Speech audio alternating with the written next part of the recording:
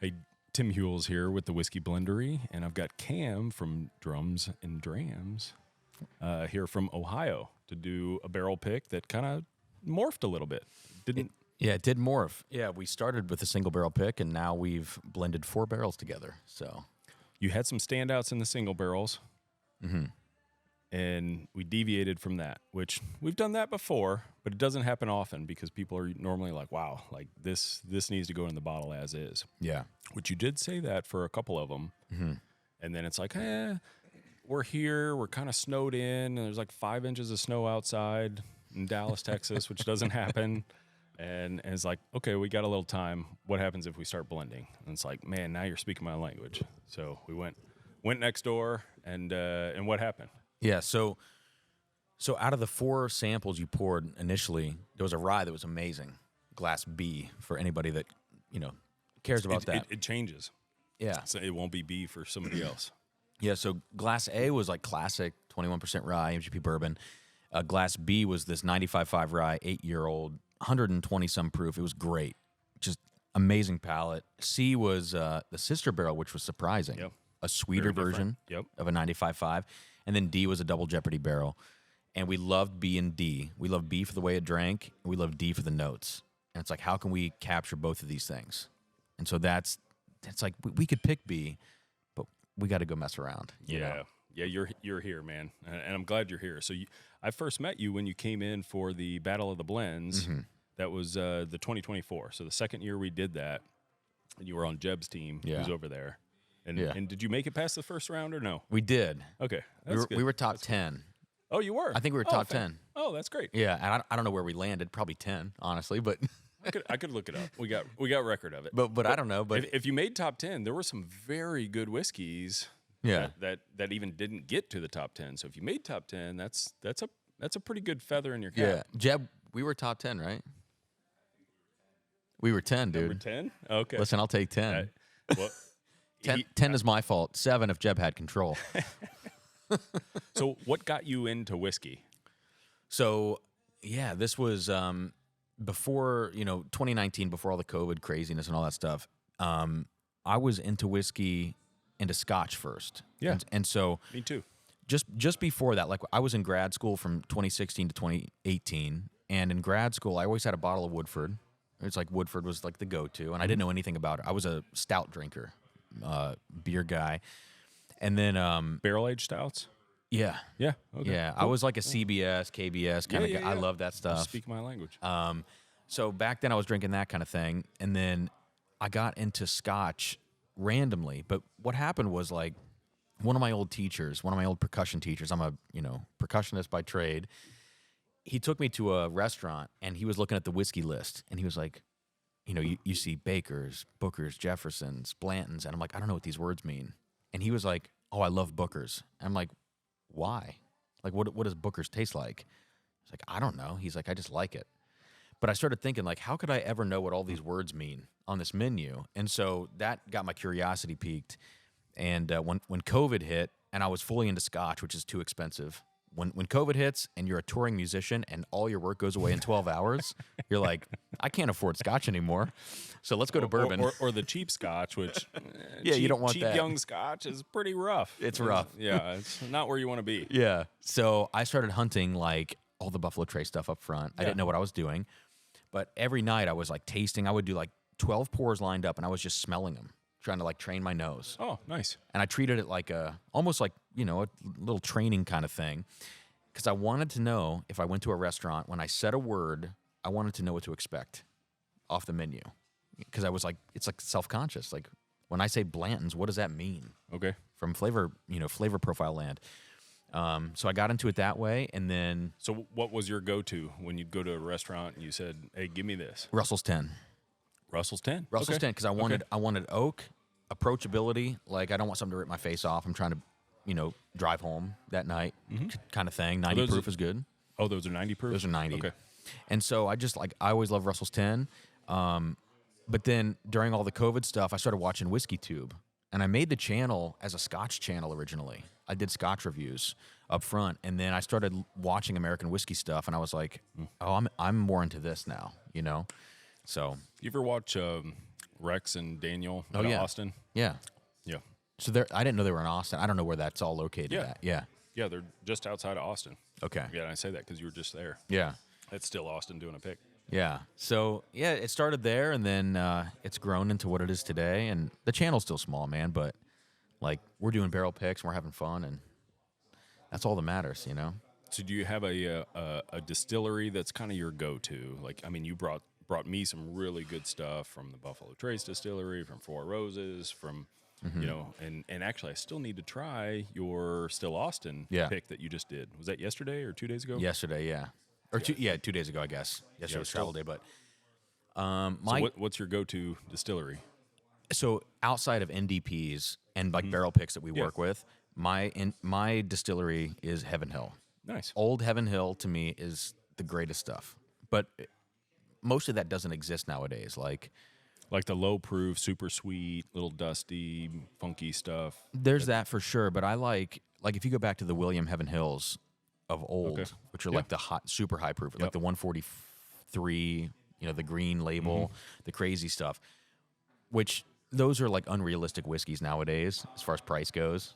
The asking price on auction is like, you know, $3,000 or something, $4,000. Those are my favorite profiles nowadays. Like the Watch Hill 20 that just came out. Watch Hill proper put out their own 20-year supposedly Heaven Hill. Yeah, could be. Allegedly, maybe. Yep.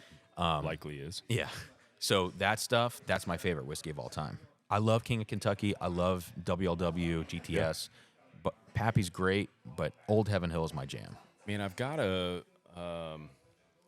William Heaven Hill. I've got one of the older ones that has like it's got a copper. You know those places where you go and it's like, you know, there's Silver Dollar City in Missouri, and you put a penny in and you crank the wheel, and then it smashes the penny. Yeah. And it has something historic on it. Yeah. It has a neck tag that looks like one of those smashed pennies. What's the color of the label? It's either white or red. If it's white, that's like the first release. It's one of the early ones. I have that. Have you had that before? No. I've never had it before. The first either. release on secondary goes for, you know, that's like Yeah, it's some serious coin. Yeah, it's a good bottle. I can only imagine the way it tastes if you crack it, you know. If you ever did that. Yeah, if I have it here, I will crack it for you today. But I can't imagine, man. Like that old school Heaven Hill profile at the proof. Like the thing is, the old school stuff is good at like 120, 130. If you go to the hazmat stuff, you know, like that old William Heaven Hill that's like 143, it's different level. It's like life-changing whiskey. I feel the same way about the GTS, and I don't know if you've had some of the older GTS, but like even like the 2009, 2010. 9 that's my favorite. Oh, well, 9 was my favorite until I did a side-by-side with the 10. And, I like the 10 too. The 10 edged out the 9 just a little bit, but those are my top 2 whiskeys ever. Like, I haven't found anything that beats that. Have you had 08, by the way? GTS? I did 8, 9, 10 so. side by side. I've got 7. And it didn't beat 8 or 9. 7's cool. It's very unique, but as far as like best whiskey I've ever had, 10, then 9, and I haven't had like the first release stuff. Yeah. So maybe that beats it. But I'm a huge like old GTS. Like, oh my God. To me, that's a different league. It's just a different league. It's like, wow. And every time I share that bottle, people are like, I've never had anything like this. Yeah. Like, yeah, that's why I shared it. It's the best, man. Like, and it sounds taterific to talk about old GTS, you know, but I mean, it is what it is. It is what it is. It's fantastic. That's why it's popular nowadays. Go back 15 years, and the popularity started with that stuff, you know. I haven't had anything before '08. I've had 8, 9, 10 blind, and you could flip a coin or a 3-sided coin, you know, and try to decide which one you want. And it kind of ruins you. So if you try like an 09 to a recent release, you're like, ugh, it's not close. I can't drink this new stuff. Yeah, it's nuts. It's crazy, man. So you've got a percussion or drumming community, and you've kind of married whiskey with that. So what about that community is different, or why do you like that? Or you've kind of created a new segment for whiskey drinkers that also like percussion or drums or whatever you would say. What about that is intriguing to you, other than the two hobbies that are Are those your top 2 hobbies? Is there something else? No, there's nothing else. So, yeah, I'm a percussionist. I play in an orchestra as my day job, which is, you know, I didn't know that. like kind of dorky, but also fun. You know, orchestral music gets a certain, you know, rap, a bad rap So sometimes you from people. perform like weekly Yeah. in an orchestra? Yeah. Oh, shit. But like I'm a drummer. Like I grew up playing the drum set and playing in metal bands and stuff.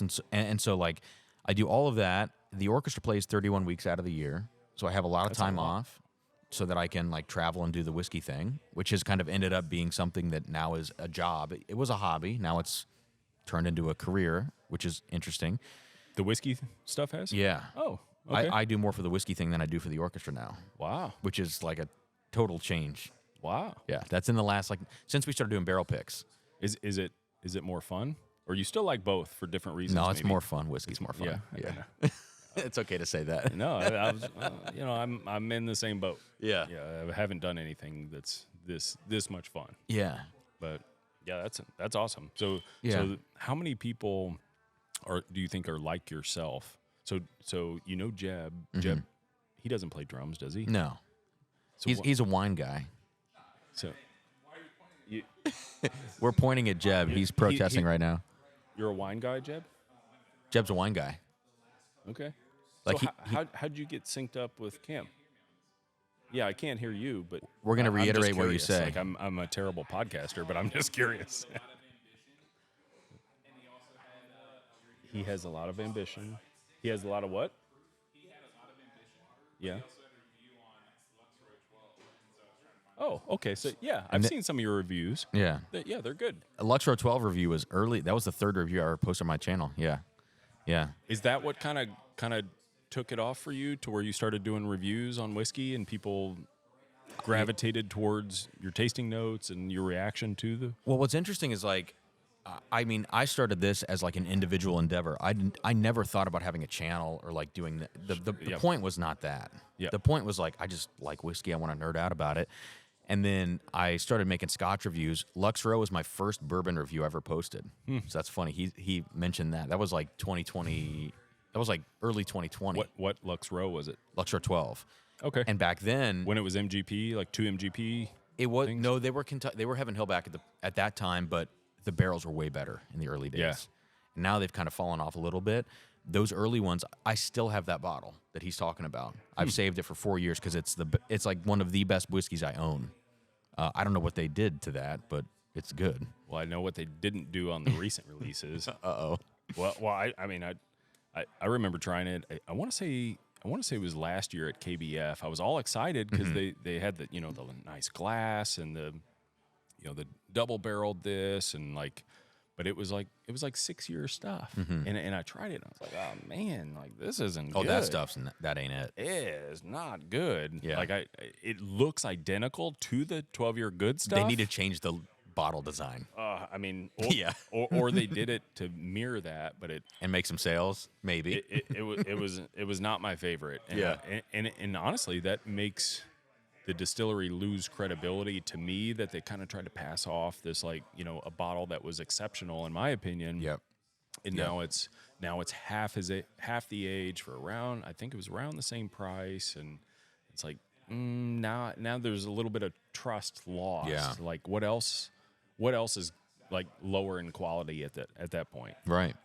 So have you found that over the years, or even in the last couple of years, as the whiskey, the whole whiskey community, the whole market, everything's changing fast. Have you found like as you go to different distilleries that the quality has gone down or just changed, or depends what it is, or what's your pulse on the market right now? I think broad strokes, looking from 2020 to now, I think there was a fear from 2020 to like maybe 2022 that we were going to run out of aged whiskey. Like, I don't know if you felt that. Oh yeah. I mean, I don't know what the barrel market was like at that time, but I it think was. as a consumer, I saw that. Yeah, I mean it was like you had to from a distillery standpoint, you had to spend a lot of money for every purchase order, or else like I kind of equate it to the soup Nazi, if you ever watch Seinfeld, to where you had to have like my calls with MGP. I had to have my money ready. I had to know exactly what I wanted. It had to be of a certain value, I had to be very specific. And any call that I had that was like, well, what else do you have here? Or like it wasn't. Yeah. They're like, oh, well, call us back when you know what you want. And then it was like, takes another month to get them on the call. Well, it's very different today. Yeah, right. And the price of barrels is going down, so it's put us in a very good position. But yeah, I mean, a couple years ago, I'm overpaying for barrels. I know they're good barrels, or I have a pretty good idea that they're great barrels, which is, that's some of the stuff that you tried today, even. Yeah. But yeah, I'm super excited for the future because I'm in the driver's seat on that, because there's more supply Yeah. now than there is demand, because everybody's been ramping up and so many people have been price gouging on stuff. And, Yeah. and I'm so excited. In less than a year, the quality products that we're going to put out at the price point that we're going to put out, I don't know of anybody that can compete with that. Yeah. But what have you seen in the market? Because I mean, you actually, you flew into DFW. I'm assuming you fly into other places and do barrel picks. So Yeah. what's overall have you seen? Yeah, so I mean, earlier I saw like this fear of losing aged whiskey, and now what I'm seeing is like the NDPs that we go and work with. It's very important that they either have a chance to cherry pick barrels from brokers, stuff like that, or You have a chance to cherry pick from them. Either way. yeah. Well, and like in the case of River Roots, we have a good relationship with those guys, and like they'll go down to a broker and they'll cherry pick, and that's not common. That's Right. like sometimes they get the chance to do that. Why do you think that's not common? I have a couple thoughts on that. Well, I don't know truthfully, I don't know the in and outs of the relationship from a distillery to broker. I'm like the third party that's just tagging along. I think like on the broker's end, it's more time intensive than to just say, here's a pallet, take the pallet, or you don't take the pallet. They're going to make the sale regardless at some point. But from your experience, what do you think it is? Well, I think there's a lot of, whether they're NDPs or other distilleries, I think they lack the talent to go in and pick the barrels, or lack the confidence to pick what it is or where the market's going. Yeah. So and it takes extra time and money, and then you have to have that person with the talent that's willing to go in, and then also they have to have certain level of decision-making ability to say, nope, these taste like shit. Yeah. We're not buying any of them. Or, hey, these are top-tier quality. We need to buy a lot more than what we thought. Yeah. So, I mean, I think those individuals are few and far between that have the decision-making ability and the palate to decide that these are that good.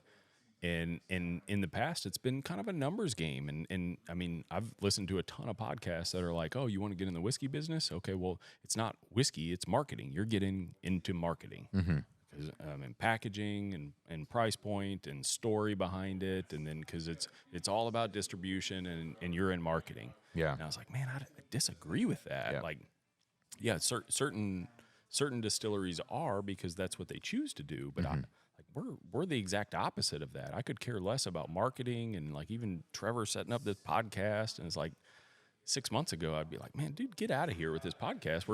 We want to talk about whiskey. Like, Right. I don't need a microphone in my face. So I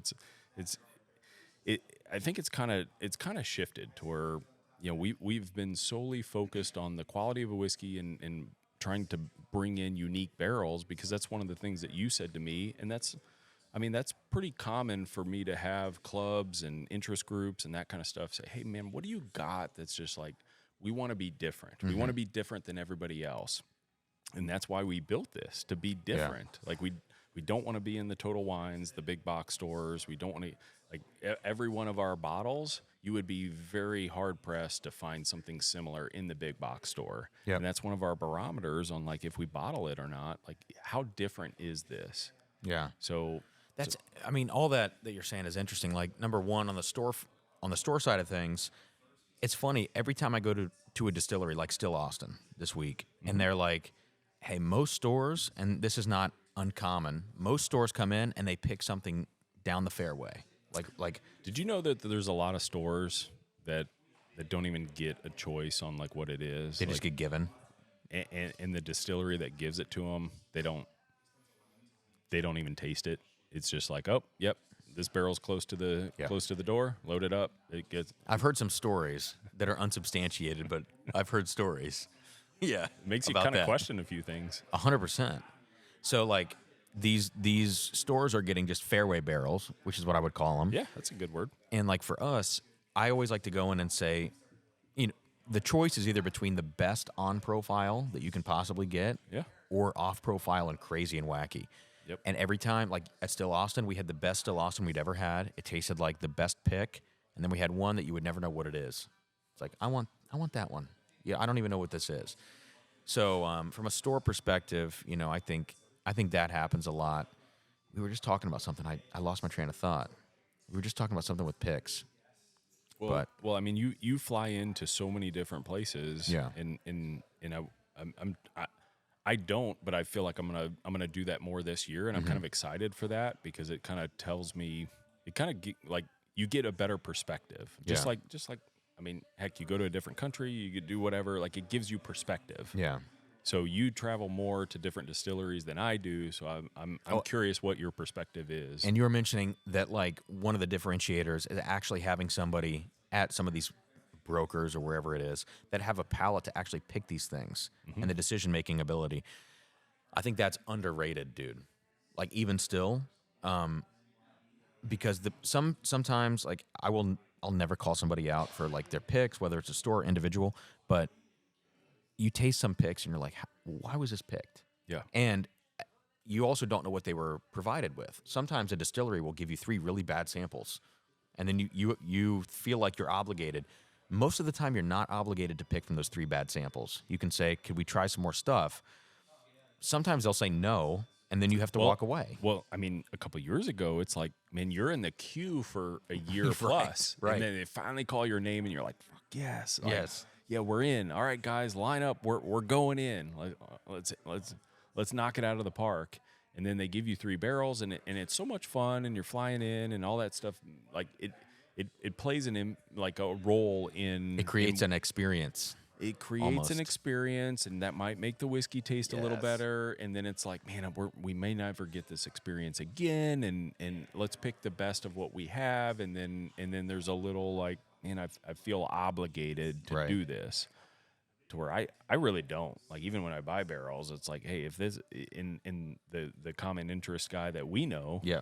I told him straight up, like, hey man, if these aren't good, I'm buying 0 of them, just because I don't want you to feel like I'm coming in and I'm a small distillery and yeah, I have to know that it's good because I'm bringing them back at the price point you're charging. I have to know that it's a single barrel that I Yeah. can just throw it in a bottle, make a little bit on it, and everybody's happy. Yeah. And man, if I can't do that, if I can't have some kind of advantage knowing that, or the price is relative to the risk involved, then it's like, man, I can't move forward. Yeah. So I'm really curious. Like, I mean, I'd even be open to, if you have a pick somewhere else, just flying in and tagging along, or if I have something lined up, giving you a call and saying, hey, we're about to pick some barrels at this place. If you want to swing back by and be on our pick team or whatever, because it's interesting to me. Yeah. Like even the way you're treated at different distilleries, it's interesting to me.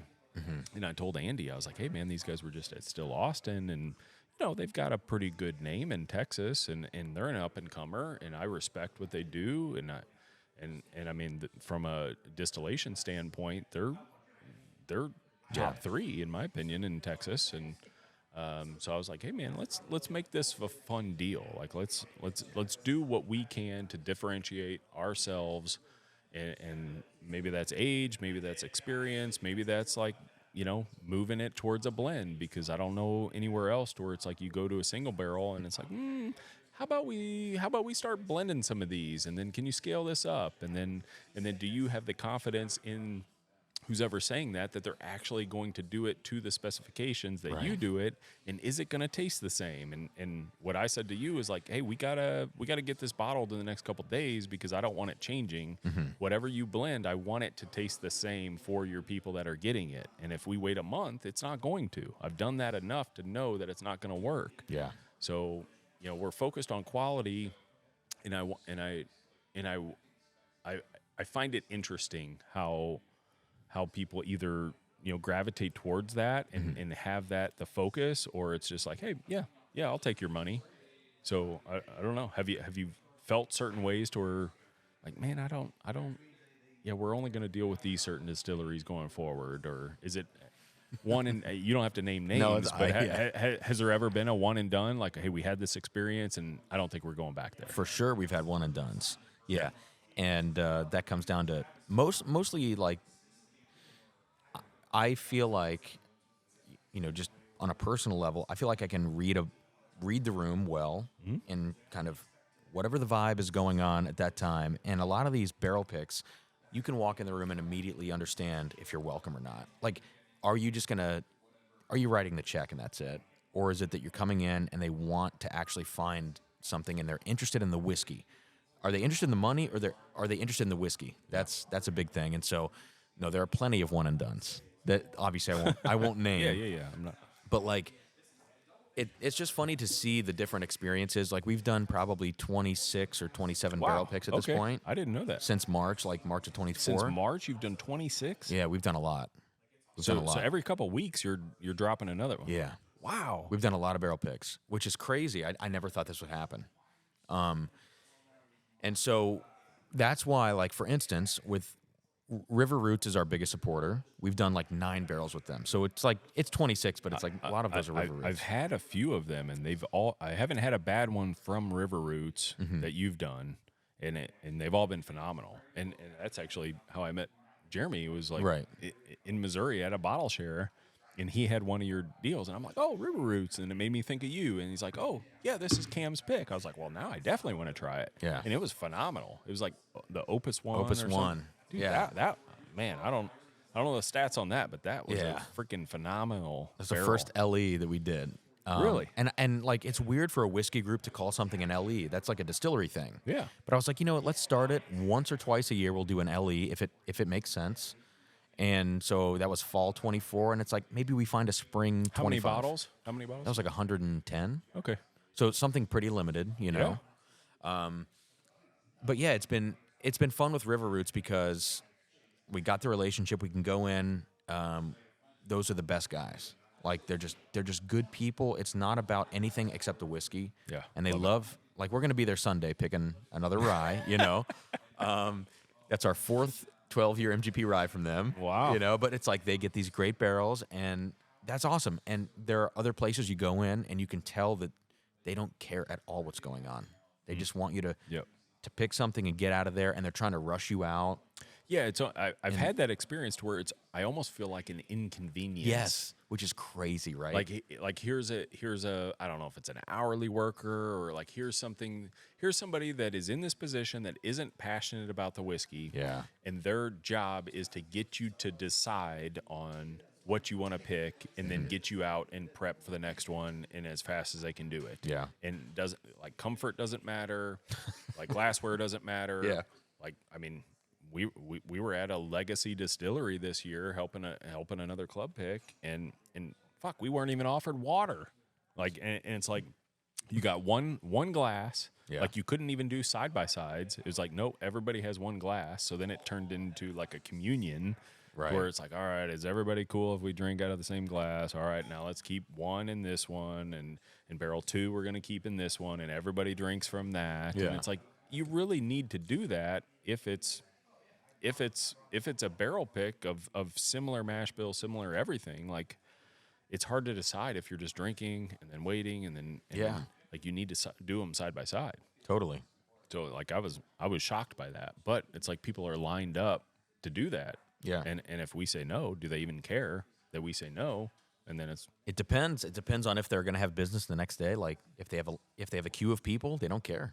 yeah. They don't care. Yeah, I mean, or at least somebody, at least the some impression that we get. Yeah. They might care, but the one person that is the representative that we Right. see might not care, and that's a big deal. Like It's a big deal.